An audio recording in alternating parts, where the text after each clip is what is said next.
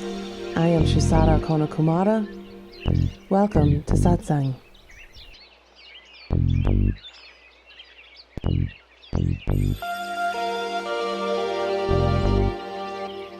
You are beginningless.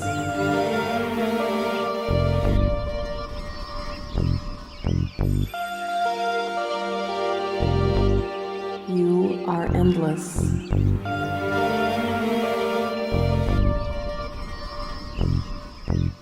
You are divine.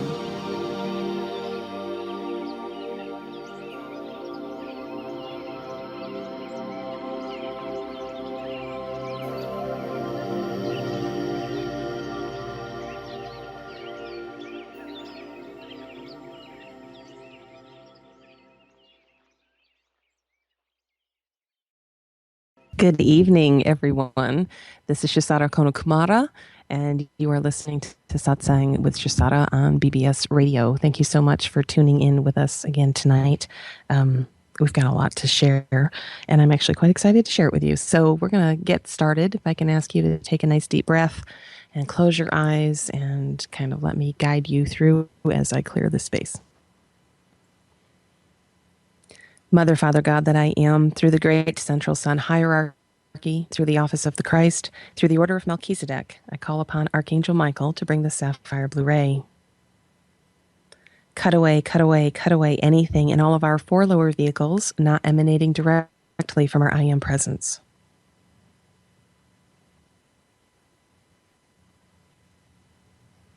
I now call on Archangel Zadkiel, keeper of the violet flame. Blaze, blaze, blaze the violet flame through all of our four lower bodies. Transmute, transmute, transmute all the psychic debris Michael has cut free.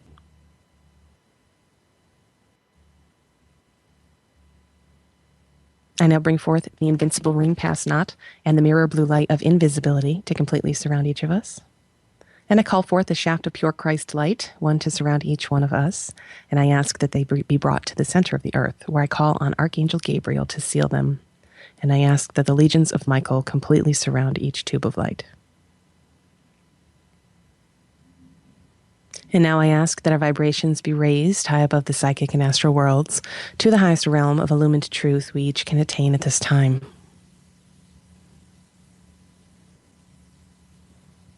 Now, Mother, Father, God, we place ourselves in service to you and to humanity, and I place myself in service to all of you tonight.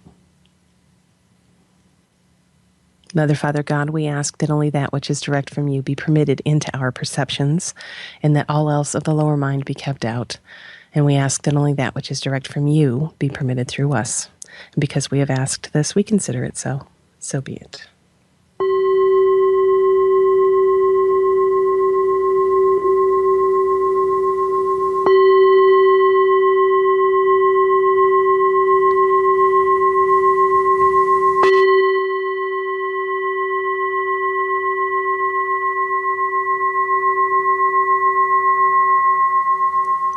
All right, come on back to me.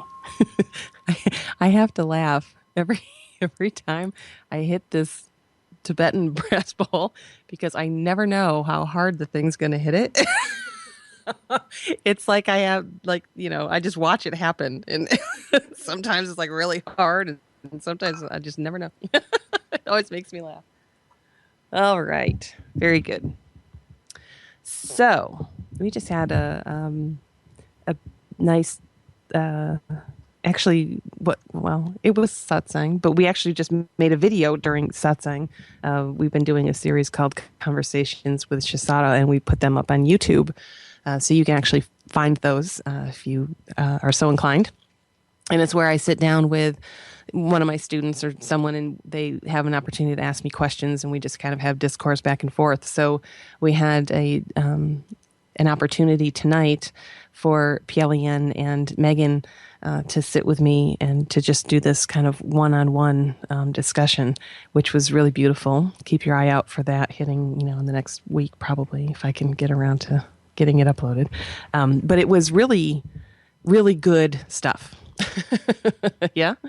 And I'd like to somehow kind of recreate that here tonight on the radio. So I very specifically tonight wanted to address a component that is part of the undoing in one's spiritual path. It has to do with that the ego, which you're all familiar with the term ego, and we have to be careful. The ego's we have kind of a Freudian idea of what it is. And then when I speak it, you're going to have your own concept of what it is. So I go back and forth between calling it the ego and the personal self. But it's loosely, you can think of it the way you have always learned what ego is. But people will say, drop the ego. And it's not that simple, because the people who are saying drop the ego, that's coming from the ego. So it's not like it's really that simple. But what we do in the work that I do very specifically is to go in and to begin to uncover all of the components of what have created the personal self, right? How consciousness has identified with the concept of separation, and in that has moved into a place where it believes that there is an I, and that I would be the thing that you think to be you. So it would comprise the physical form. It would comprise the concept of, you being the creator of your thoughts, that it comprises you being the doer in your life, the one in control, the one that has power, all of the emotional states that are carried, the beliefs that are held, and the judgments that come in order to support those beliefs, and how the beliefs are held both consciously and unconsciously. And all of that comprises the sense of personal self. So the work that I teach very specifically is how to systematically go in deeper and deeper into consciousness to begin to release the unconscious level of that personal self to be witnessed by an objective observer, and then to allow for dissolution of both sides of the opposites to happen. So whatever it is where you're consciously holding a belief, whatever it may be, the other side is being held on an unconscious level equally. It's always equal. So the work that I do goes in, and it uses the events taking place in your life. So we'll take an event and then we'll pick it apart so that you can get in and actually see what's running and see all the components of how you've taken a story and identified with aspects of it and used it to actually manifest and create the reality that you are walking yourself through every day. In so doing, that reality begins to change for you. And it doesn't mean it has to change on the outside. Sometimes it does, though. But whether it changes on the outside or not, the way you perceive it completely shifts. So you are literally living in a different reality than you were 6 months ago, maybe 2 days ago. Yeah. And certainly in a different reality from all of those around you who are in their own little reality bubbles, right? Sharing a collective reality, but the level of perception keeps one locked in their own sense of reality, if that makes sense to the mind that's perceiving it right now. So one of the things that I like to look at, because it's such an important component for the seeker, is how the ego functions from three predominant places, and they're all interrelated, but they are domination, manipulation, and control. So anything that comes out of the personal self, whether it's an action or words or unconscious body language, all of it comes from one of those, if not a combination of all three of those components. The ego itself, the personal self, always has a selfish agenda for everything. Now, the ego becomes very good at glossing over it and turning its own, it creates its own mindset where it believes it's justified in pushing its agenda. mostly from a very benevolent place. So it can be like, the reason I'm doing this is because it's for your own good. I'm not doing this for me. I'm doing this for you. Classic manipulation there. But that's all it's capable of. So the ego is not capable of what you think of as love. It is not. True love, what the ego experiences as love, is actually not love in its truest form. Now, love is what you are. Love is not a feeling. But for the ego, it experiences it as a feeling.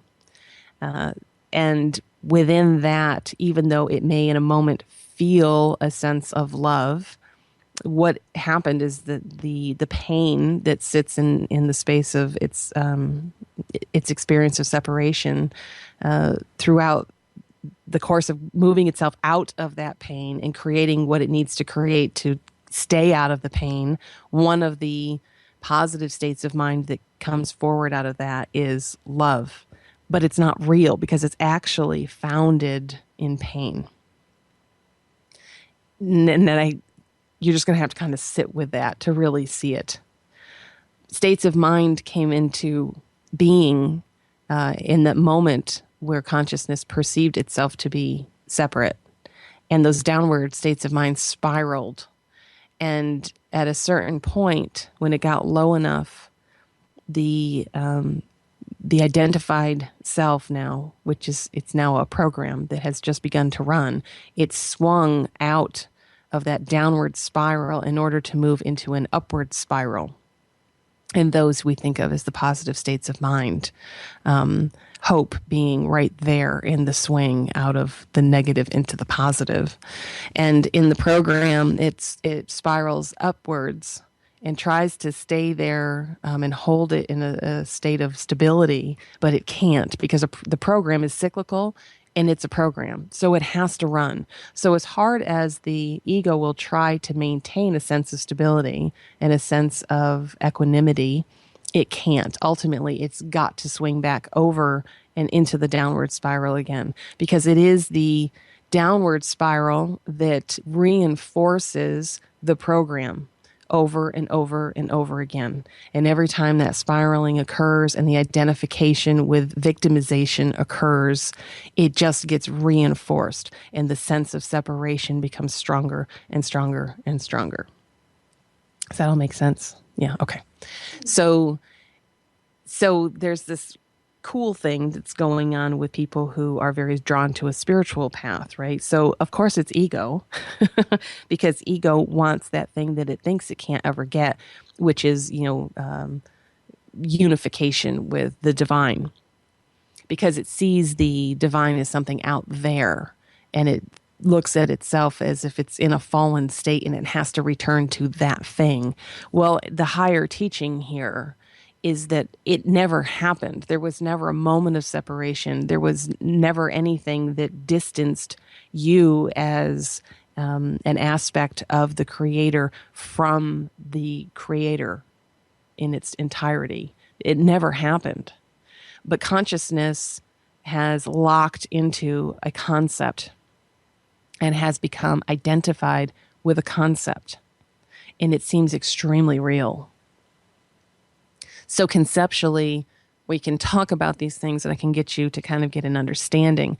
But then it has to move from concept into an actualized experience, right? So to say, I am God, you can recognize on one level, the mind can say, yes, that must be true, right? And on a level, you may even be able to convince yourself, the ego self, that I am God. Right? But there's an actual experience of it, which actualizes it within consciousness. Yeah. And from that space forward, it is your reality. Not something you think to be true, not something you want to be true. It just is, right? And so the work that I do is to take people's lives and what they walk through on a daily basis and to utilize every little component of those to get them to a place where they begin to actualize the understandings that they've been given, to move it from concept into reality. Yeah. But it's not easy, right? And one of the things that I come up against a lot in different forms, of course, is the manipulative aspect of the ego. And the ego is, as you know, the lower mind itself is incredibly subtle and incredibly tricky. It sees everything, right? The ego, the lower mind, it's playing every single role that you have, that you carry and identify with in your life. Every single one of them, it's all the ego. It's all the one mind experiencing all of it. So the ego is the money-driven, greedy banker, you. And the ego is also the God-driven, meditating yogi you, right? It's all of it and everything in between. One isn't any higher than the other. It's all just the ego. But that drive to return kind of home, yeah, is divinely driven, right? It truly is. And it is that force of divine will that continues moving a seeker deeper and deeper as the path becomes steeper and steeper. Although it's very difficult at times to hang on to that. So ego, when it comes into spaces where it's being really challenged, will utilize its resistance to the challenge to create a story for itself, where it can then kind of turn the tables around and end up taking that story and using it to manipulate outside circumstances or outside people who are involved. And to do it from a space where its sole purpose is to get the other to acknowledge the reality of what it's trying to create. And of course, none of it's real. So a common way that this presents is in someone who gets pushed to see an aspect that's playing out. And when it's something that is a trigger for them, meaning, something that automatically puts them into that downward spiral because of their identification, they will not want to deal with it. And so mind loves. It's one of its favorite things to do at the level of a seeker of doing very deep work. It loves to take any kind of spiritual understanding that it's gotten its hands on along the way and to turn it around and to try to utilize it as its justification for not looking deeper and for not going in and rooting out that thing, that part of the program that is so entrenched that the person can't see past it. This is why it truly is necessary to have a guide to work with. And is it true that, and I know there's a lot of people out there who would, have a problem with that statement, because there's this kind of movement out there of these teachings and stuff where people are in the space of going, well, all the answers are within, find them within. Is that true? Well, of course it's true. Everything that exists is existing within. Period. Of course that's true. Is it true at the level of the identified consciousness? No. It is not. And you're kidding yourself if you think it is. The bottom line, and I'm, I've got two testaments to this sitting with me right now because they've been walking this path, right, under my guidance. And they both would confirm this. The mind is so subtle and it is so good at what it does in order to perpetuate the program of the personal self that unless you have someone who has walked through it and has come out the other side, you will not be capable of seeing all the components of how it works. Piel Yan, can you speak to that? so that people don't think that I'm just, making it up. No, it's very subtle, and there are times where I really have been convinced of something, and it wasn't until you actually were there to, I'll say, ask the question first, and then get things going, and then when we work it out, it's like, holy cow! Like I never, ever would have seen that ever, and it's so surprising. It's actually kind of scary almost that it's that subtle. And Hmm. how long have we been doing this work? Right, right. And it continues. Yeah. Hmm. And then, of course, even when you see it and you have the moment of, oh my gosh, like, wow, mind is going to go back in and question that. you know, Even after you've seen it, it's still going to use that to go, can that be? No. Can that really be true? You know, and, and of course, it takes great, great trust in the person that's functioning as your guide. It takes great trust because the questioner is always there, and the questioner, its job is to create doubt. Understand? The questioner is an enormous component of the ego, and its job is to create doubt. If it can keep consciousness in a space of identification and doubt, right, where it has to continue to question, it's gotcha. There's no walking out of that, right? There's no walking out of that. That is the program. So even when something comes and it is a true experience, when you have the moment of realization, oh my gosh, that's accurate. What she brought to me and said to me, no, this is what mine just did with that. This is the game it was playing that you bought into. Even when you see it after the fact, and that was real and you know it because you can feel it when it's real. Yeah, it's different. It's still going to go. I don't know. Right. So you've got to trust your guide. Yeah. And of course, the experiences are there for you to walk through so that every time you walk through it, now you have more trust and more trust because you need it. Because the deeper you go, the more you've got to have the trust. Because if you don't, you'll never do it. You will never do it. You will run away convinced that you're right and the guide was full of crap. All right. That's what'll happen. And all these amazing spiritual teachers on the planet that have people who have been very vocal about them out in the world, about how horrible they were and how they were a phony and they were this and that and the other. No, they did good work, but that's what happens to the ego when that spirit based drive is that will is not strong enough to stand against the ego, right? And to duke it out and to come out the other side stronger because that's what's required. So the trust is key. So what happens is the ego, it will take these things and utilize its capacity for manipulation. And it happens all the time.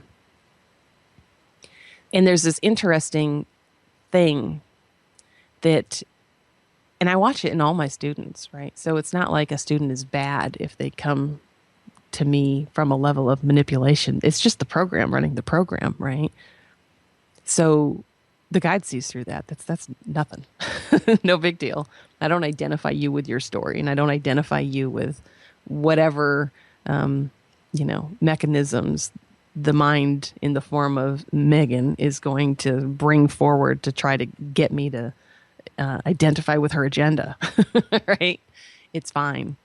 What I can do for her is to show her, right? Maybe tell her flat out what her agenda is, or maybe not.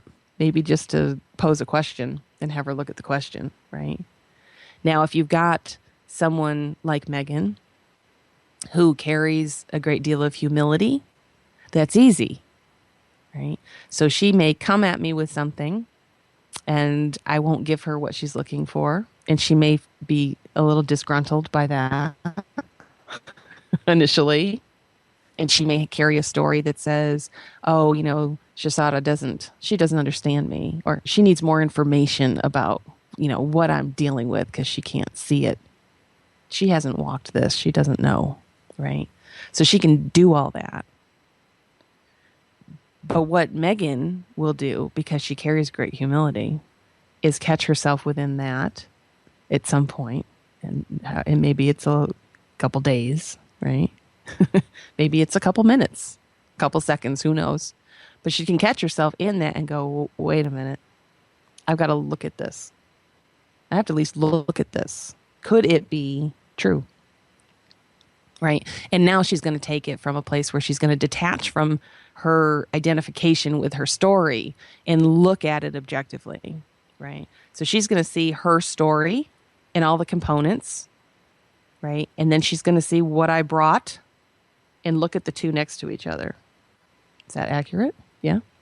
She's going to look at the two next to each other, kind of comparing the two.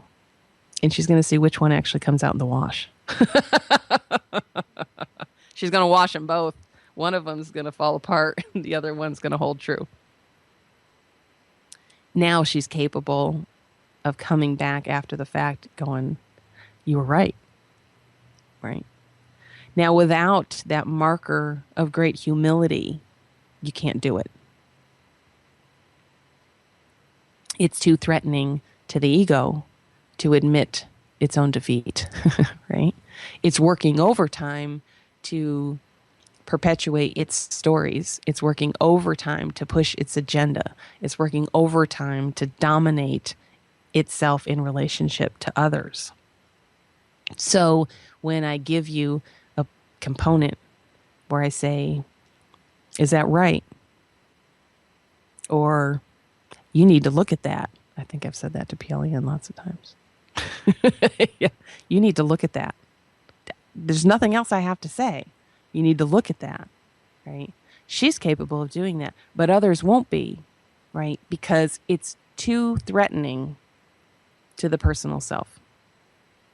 So instead, what it's going to do is it's going to keep continuing to try to push its story and try to get me to engage. And so generally, I just won't, right?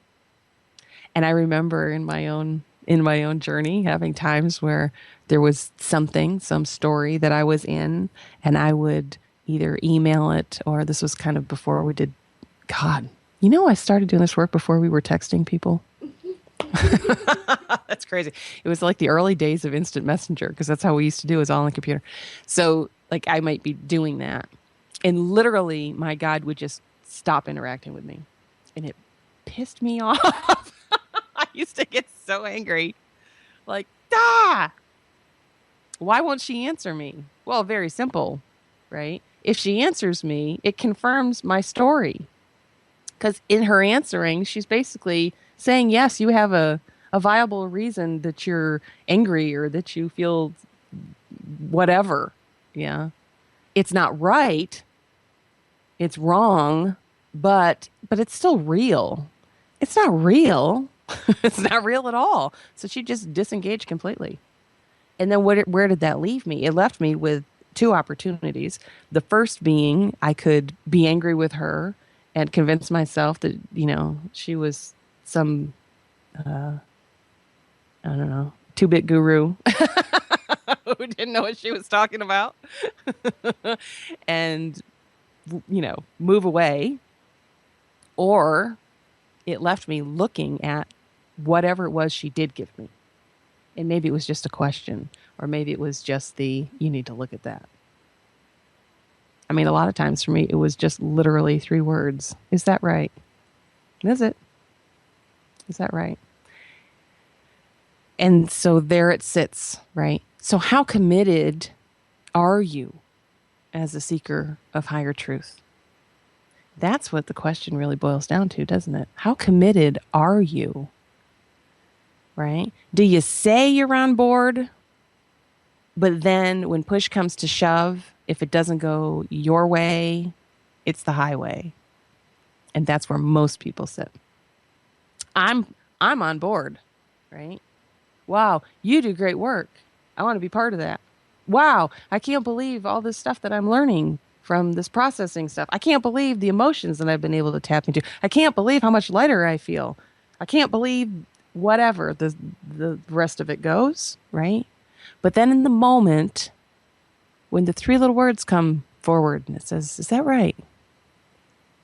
It can all fall apart because we're not committed enough to get real about those three little words. And the ego is really good at fighting. It's really, really good at fighting and getting the reaction that it needs. All it needs is the reaction, right? If I need to prove a point in order to bolster my sense of self, I'm very adept at doing what works for me with the people around me to get and elicit that response back from you. And as soon as I elicit that response back from you, I won. You see, I won. Game over. I'm victorious. So what happens when that one opposite you doesn't elicit the same response? Ooh, now I'm going to fight harder. This is beautiful because you can really watch the mind in all its glory. It cannot stand it if it thinks that it's not being seen clearly, if it thinks that it knows something someone else needs to know, if it thinks it's right and you're wrong. It cannot tolerate to be left in a space where others have an incorrect perception about it. It cannot tolerate it. And I have watched over and over and over people who will engage and then they will leave one text or an email or on the phone or wherever it happens to be where it seems like they've just cut it off. Fine. Yeah. Okay. I'm done. And then I sit back and I just wait. Yeah, let's see. Right? Let's see if you're really done or not. And they never are. Because unless it's going to truly just turn tail and run and never ever contact you again, it's going to have to contact you again. Yeah. It's compulsory for the mind. I got to get you to engage. I'm not going to engage. Yeah. And I'm going to be very blunt the way I say this. I'm not going to engage because it's all bullshit. Right? It's all bullshit. Your story is all ego. Trying to manipulate me, trying to dominate me or a situation, trying to control the way I function, the way another functions, right? Trying to create some compelling story that we all need to get on board with. I'm not doing it. Why? Well, because I have to stand on my own authority. That's not arrogance. I hold a level of authority because of the path that I've walked. It's all experiential. I know my sight. Yeah. I can watch the machinations of the mind and catch it in a nanosecond. And it's going to take you 2 years to walk through what I can see in a second.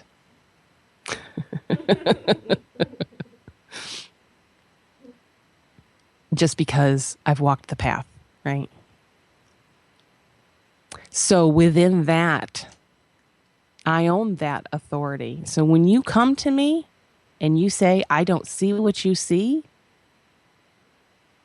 unless you walk from the same space I walk, it's not accurate. Now, it can be accurate to say, I don't see what you see. What you see isn't real. So yeah, you're right. I don't see what you see.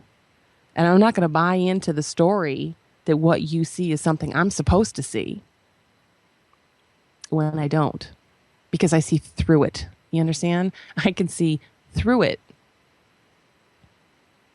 through the story and the reality underneath it.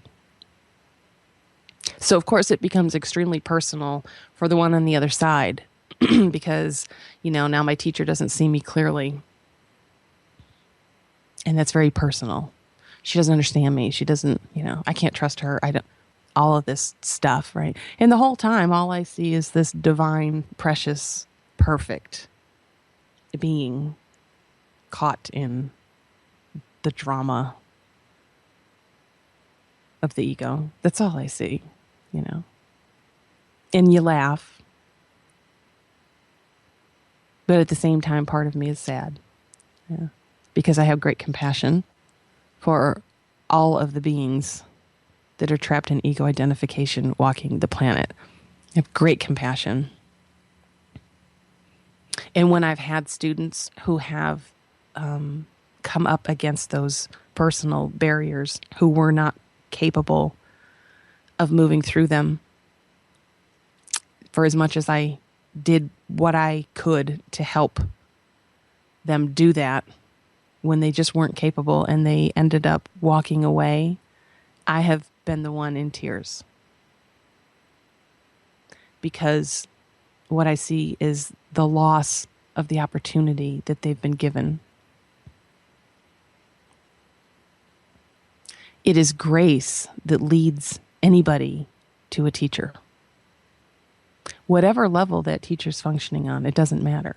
It's grace that brings you, right? You're given the opportunity through your own good deeds, your own good karma, and grace. And then it's up to you what you're going to do with it, right? So for anyone who functions like I do as a teacher, for those who desire liberation,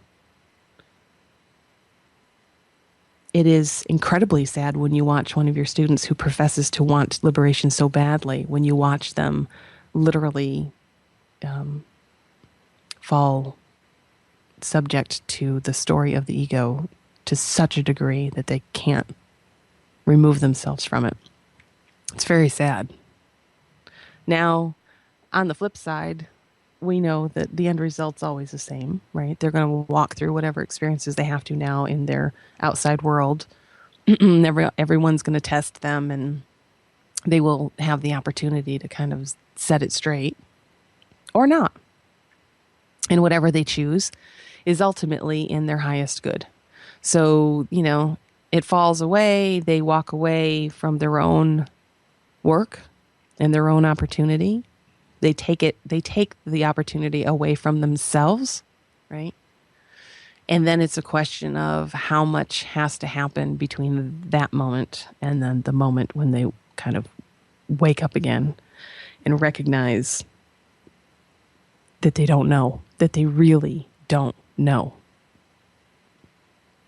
that there are those who do.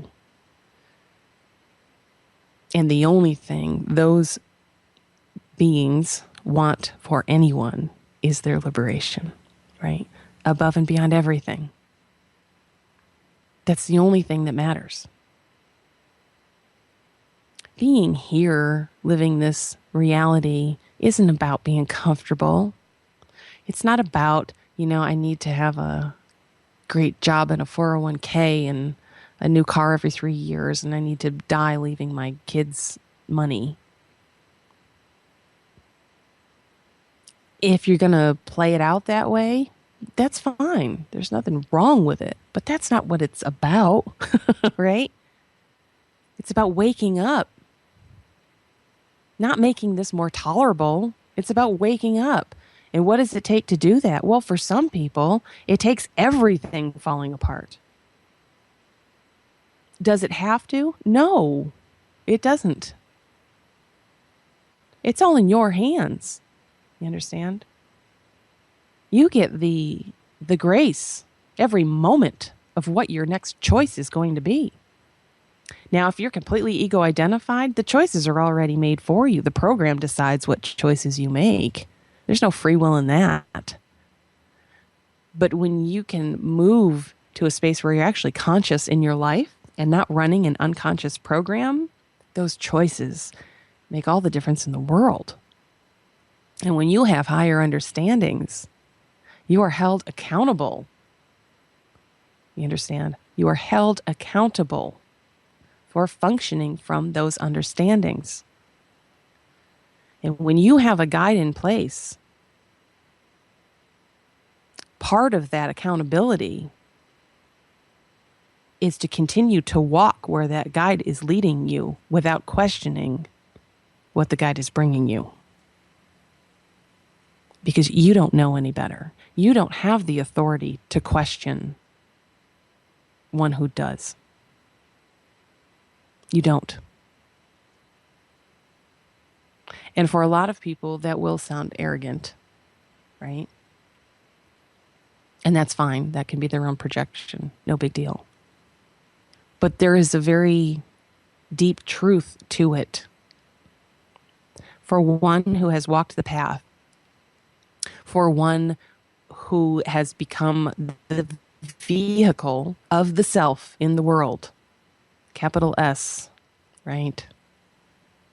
God, the Christ speaking through that vehicle in the world, it is an absolute reality. They have authority here that the ego does not.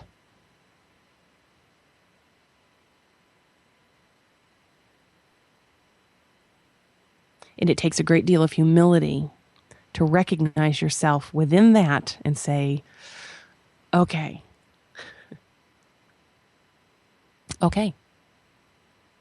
let's come back to the question. Is that right? Oh, no, it's not. Damn. That'd be Megan. She does that a lot. Damn. What a beautiful, beautiful marker of your evolution when you can do that. When you can go, okay, go ahead, beat me up. I'll take it. Because I got to see it. I got to see it. I got to see it. It hurts. I got to see it. I have a friend in Connecticut who spent a little bit of precious time with me here in Charlotte. And it was the thing that impressed me the most about him, his humility. It was beautiful.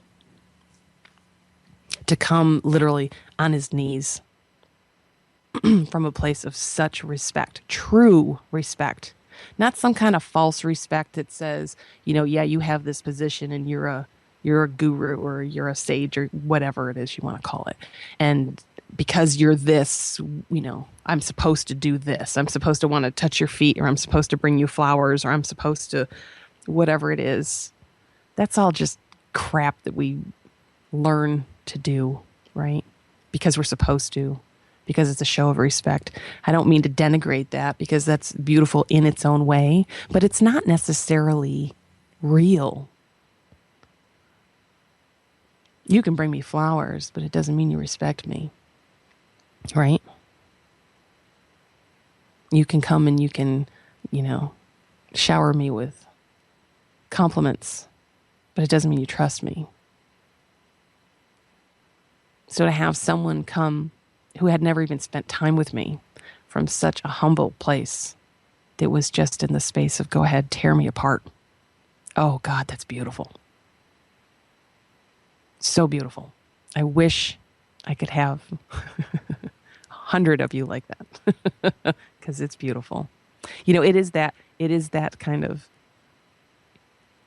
metaphor of Jesus on the cross, like you crucify yourself. Just go ahead, tear me apart. Show me. Yeah. Because that's what it takes to truly walk a spiritual path.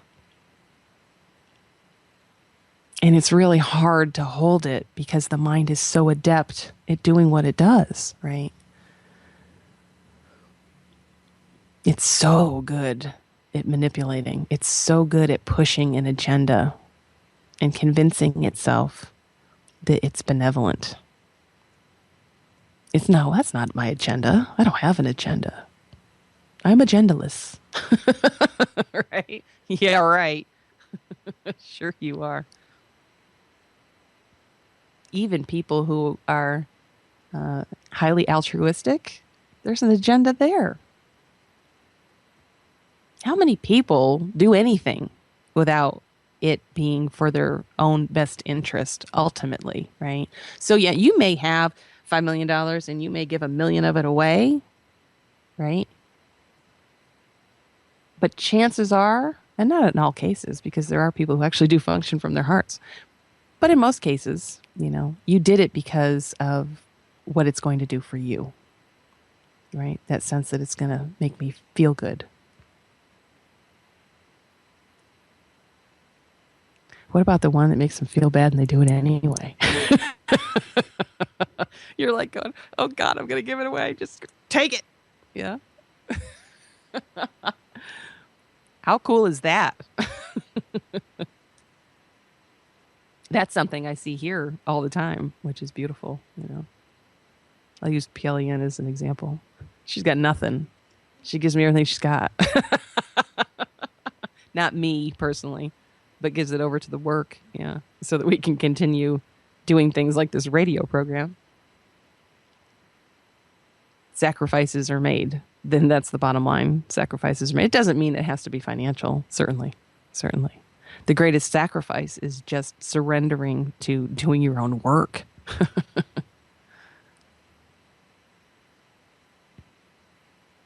Because it's not easy.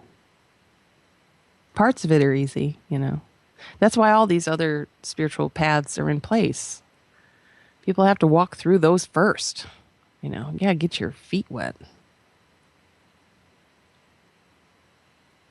And for most people, that's what they need to do. They need to kind of start, and it's this beach with this really long, shallow kind of incline or decline. So they kind of just wade in. The water's like bath water, and it's comfortable. So they can kind of get in there, and it's kind of fun. So they can play, and they keep moving. It gets a little deeper and a little cooler, and they acclimate. It's still okay, and then they get a little deeper and a little deeper. But what happens when they kind of reach the ledge? Do they just stand there?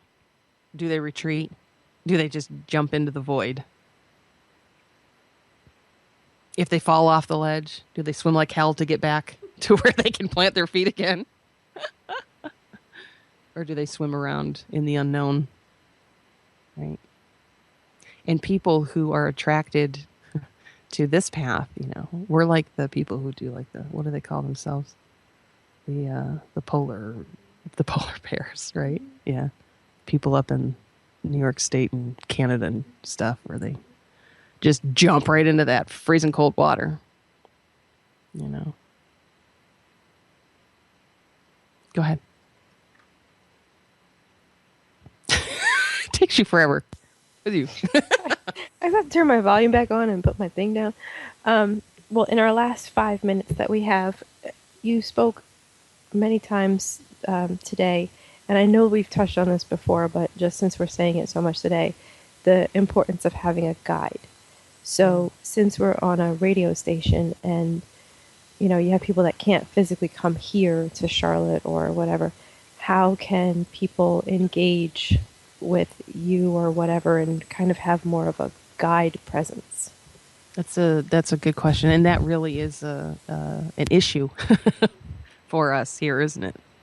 I guess the best way right now is through these BBS programs, because you are sitting with me, and energetically right now I'm working with everyone that's listening to me, right?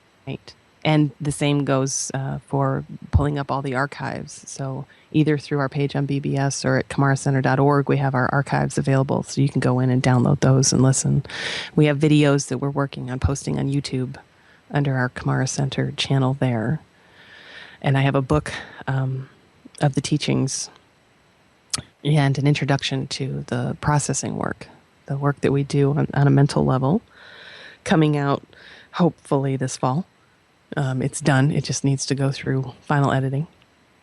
And going forward, it is truly my desire to start doing like webinars. Is that what we call them? Mm-hmm. Or yeah, webinars or teleconferencing. We're looking at right, where I can actually start working with people in larger groups, where you can all be connected simultaneously, and I can field questions. We can do it from a level of actually having an ongoing series of them, so that we'll do a piece of teaching on a whatever night it is during the week, and then like give people like homework for the week to keep things to look for and to work through, and then come back as a group the following week and to keep doing that. Yeah. So that's all in the works. It just has to be worked out. But that is the challenge, is to what do you do when you don't have someone physically there? And my friend in Connecticut is a good example of that. He would listen and utilize all of that as much as he could and continue to just do his work. Maybe going forward, if we have people who really want to engage more, then we can create something where they'll have a way to contact me with questions, or certainly you could send questions in through our BBS thing anytime that I could address on the air. I'm happy to do that. Absolutely. Or even take questions live. We could do that too. The weird thing for me is that just when it comes, and so I'm in it. And Pelian would tell you like half the time I'm literally like this body's just staring at the carpet.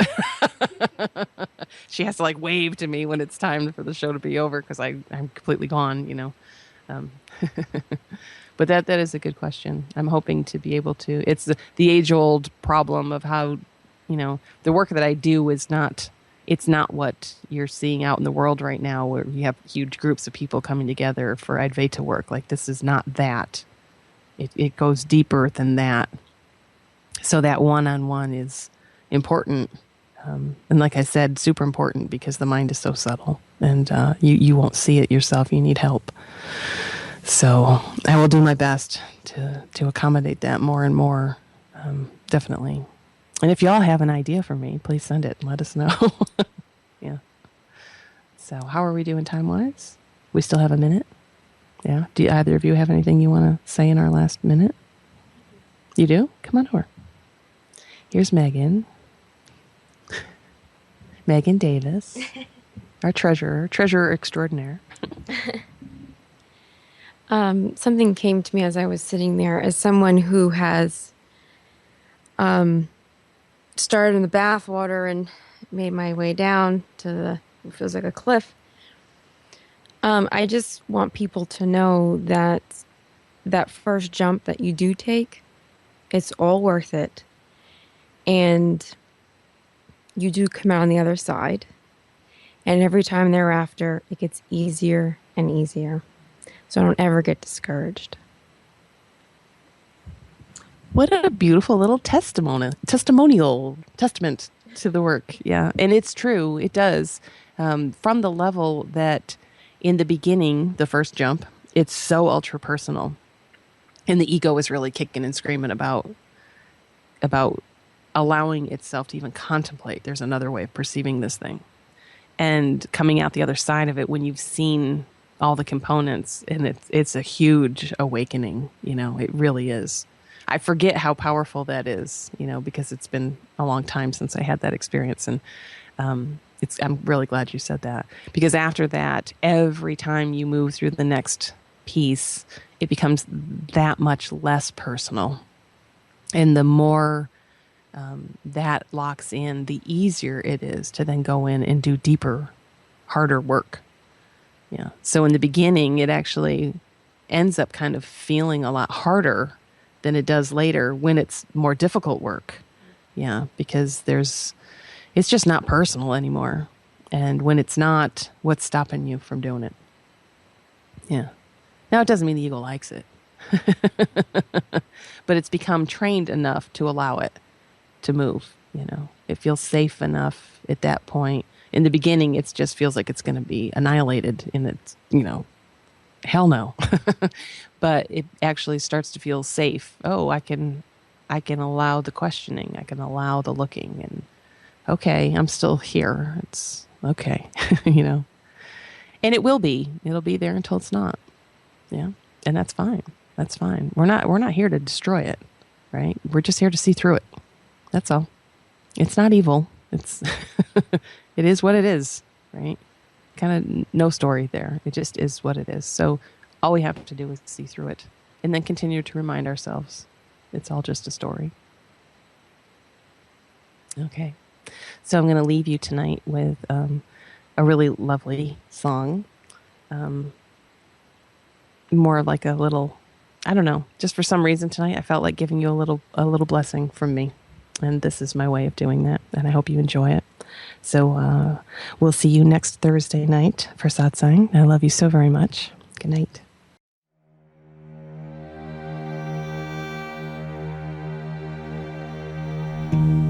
May the long time sun shine upon you. Oh, love surround you,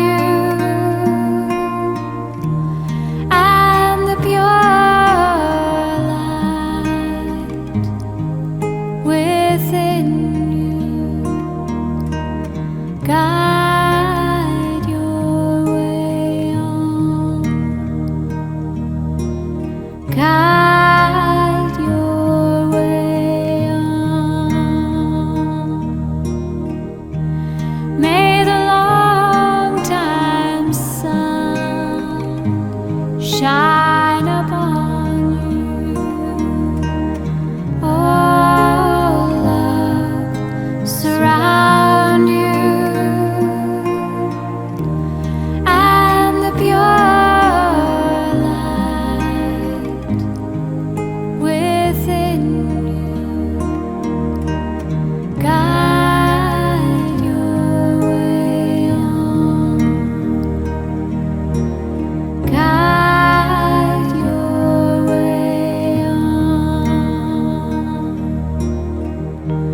May the long time sun shine upon you.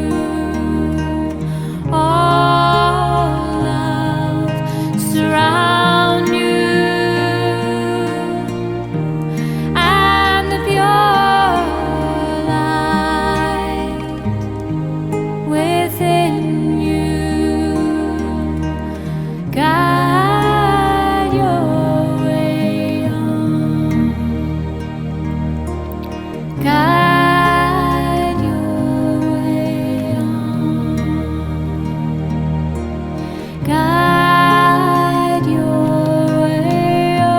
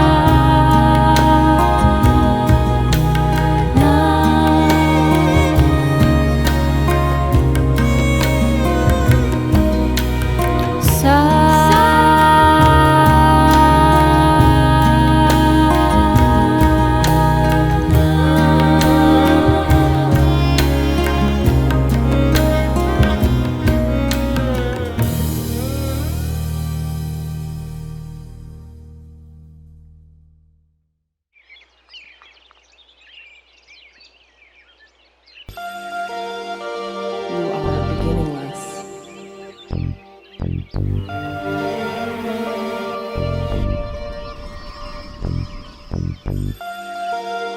You are endless.